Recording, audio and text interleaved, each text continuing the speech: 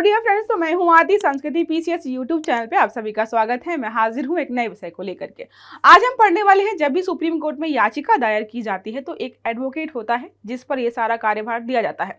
कई बार ऐसा होता है कि याचिका किसी और ने लिखी है, लेकिन जो है एडवोकेट ने जो है साइन कर दिया और याचिका को जो है सुप्रीम कोर्ट में प्रस्तुत कर दिया। बाद में पता चला कि उसमें बहुत सारी जानकारी जो है गलत थी। अब गलत थी तो रिस्पॉन्सिबिलिटी किसकी होगी, तो इसको लेकर यहाँ पर जो है क्लैरिफिकेशन दिया गया है सुप्रीम कोर्ट के द्वारा। देखिए क्या लिखा हुआ है, याचिकाओं में गलत बयान के लिए एडवोकेट ऑन रिकॉर्ड्स। तो यहाँ पर इस आर्टिकल के माध्यम से हम समझेंगे कि एडवोकेट ऑन रिकॉर्ड्स आखिरकार कौन होते हैं और सुप्रीम कोर्ट में याचिका दायर करने का सारा कार्यभार इन्हीं के ऊपर क्यों दिया गया है, और अगर ये याचिका दायर करते हैं और इनके द्वारा याचिका दायर जो भी की गई उसमें कोई गलतियां होती है तो इनके खिलाफ क्या क्या कार्यवाही हो सकती है। क्योंकि कई बार होता है कि जो भी व्यक्ति है वो याचिका जो है किसी निचली अदालत से लिखवा कर लाया है और जो है एडवोकेट हमारा ये है, इसने क्या किया, बिना पढ़े ही उसको साइन कर दिया। जब इन्होंने साइन कर दिया तो सुप्रीम कोर्ट मान के चलता है कि इन्होंने उसको बहुत अच्छे से रीड किया है। अगर इन्होंने बिना पढ़े ही उस पर साइन कर दिया, कल को कोई गलती निकलती है तो सारी गलती जो है इनकी ही होगी। सुप्रीम कोर्ट ने हाल ही में दिए गए एक फैसले में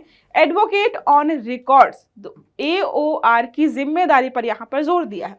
बोला भाई सारी जिम्मेदारी आपको ही दी गई है, सुप्रीम कोर्ट में याचिका दायर करने का सारा कार्यभार आपका है, आपके अलावा कोई और दायर नहीं कर सकता है। और आप ही अगर लापरवाही बरत रहे हो, सारी याचिकाएं आ रही हैं बिना पढ़े लिखे साइन करके जो है सुप्रीम कोर्ट में भेज रहे, इसका मतलब मामले बढ़ा रहे हो।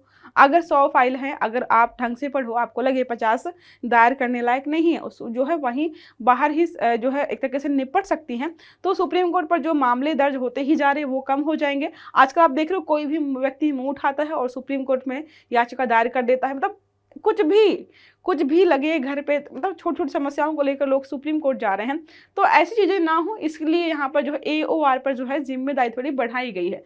कोर्ट ने स्पष्ट किया है कि AOR उन याचिकाओं की सटीकता और प्रामाणिकता के लिए पूरी तरीके से जिम्मेदार है जिन्हें उन्होंने अपना नाम दिया है। किसी जो है निचली अदालत के किसी जो है वकील ने उसको बनाया है और जो है जो AOR है उसने यहाँ पर साइन कर दिया, तो ये आपकी ही याचिका हो गई और इस पर कोई गलती होती है तो आपके खिलाफ जो है यहाँ पर कार्यवाही क्या होगी, तो AOR के रूप में पंजीकरण रद्द हो सकता है, मुश्किल से होता है। यहाँ पर अनुशासनात्मक दंड दिया जा सकता है। इसके अलावा न्यायालय की अवमानना आपने की है, इसके लिए आपको दोषी भी ठहराया जा सकता है। मतलब अपने अधिकारों के प्रति जो है आप जागरूक नहीं है, साथ में जो है आपकी जिम्मेदारियां क्या है, आप उनको ठीक से नहीं निभा रहे हैं, इसके लिए जो है आपको दोषी ठहराया जाएगा और यहाँ पर कार्यवाही भी होगी।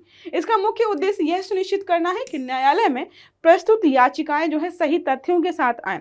अब कुछ भी उल्टा सीधा लिखा हुआ आपने पढ़ा नहीं, सारे तथ्यों को समझा नहीं और साइन करके आपने याचिका दायर कर दी, जब वहां पे बाद में पढ़ा जाए तो पता चल रहा है कि बहुत सारे फैक्ट्स तथ्य वहां पर गलत है जो कि केस के जो है सिनेरियो से मेल नहीं खाते हैं, तो आपने कोर्ट का समय बर्बाद किया। इसलिए जो है यहाँ पर इसको सख्ती से लागू करने की बात की गई है। अब यहाँ पर बात करें कि AOR कौन होते हैं, तो एडवोकेट ऑन रिकॉर्ड्स एक वही वकील हैं, एक परीक्षा देते हैं, परीक्षा देने के माध्यम से सेलेक्ट होते हैं और सिर्फ यही वो व्यक्ति है, यही वकील है जो आपकी याचिका सुप्रीम कोर्ट में दायर करेगा। इसके अलावा कोई भी वकील जो है भारत के, अगर वो AOR नहीं है तो आपकी याचिका जो है सुप्रीम कोर्ट में दायर नहीं कर सकते हैं।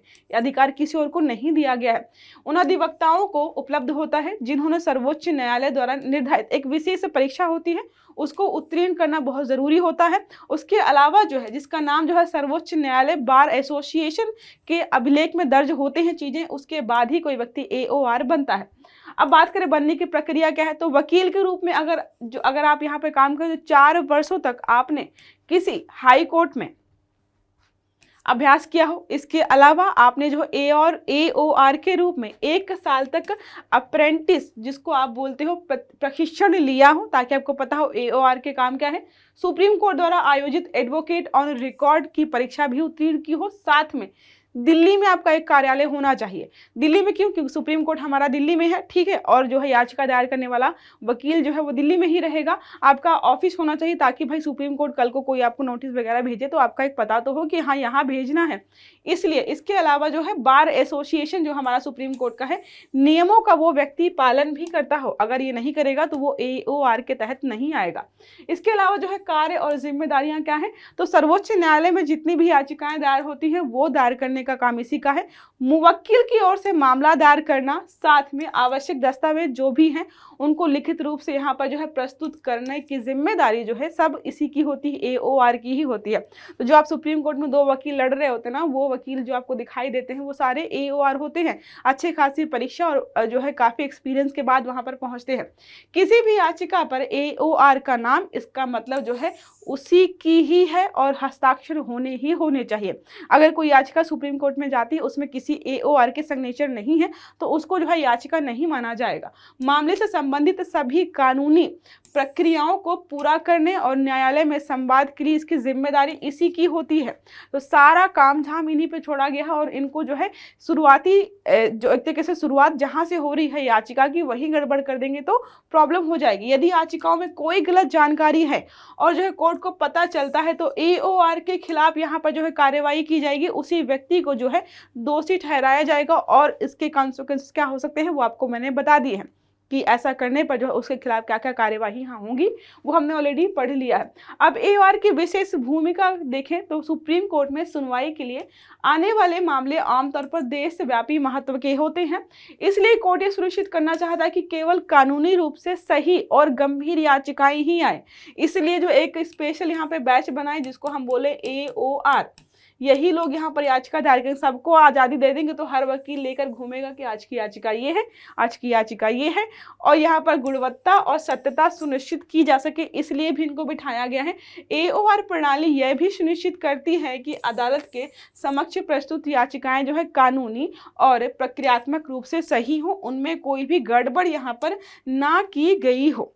तो ये रहा छोटा सा आर्टिकल जिसमें हमने पढ़ा AOR क्या है, उनकी जिम्मेदारी क्या है, कैसे बनते हैं और सुप्रीम कोर्ट ने आखिरकार इनको डांट क्यों लगाई। तो देखा था कि बहुत सारे AOR ऐसे हैं बस जो भी याचिका आ रही है कि हाँ ठीक है किसी दूसरे वकील ने बनाई है, साइन करके प्रस्तुत कर दे रहे हैं, ना वो सीरियस है, ना फैक्ट्स सही है, ना डिटेल सही है, बहुत मामले वहाँ पे गड़बड़ देखने को मिल रहे थे। तो यहाँ पर सख्ती दिखाई गई है सुप्रीम कोर्ट के द्वारा। ठीक है, तो ये रहा छोटा सा आर्टिकल। आई होप आपको समझ में आया होगा। क्लास अच्छी लगी है तो लाइक जरूर करेगा, चैनल को सब्सक्राइब करना मत भूलिएगा, बेल आइकन दबाइएगा ताकि जितने भी हमारे आर्टिकल्स हैं वो आपको समय पर मिलते हैं। अच्छे से पढ़िएगा। Have a good day. Thank you.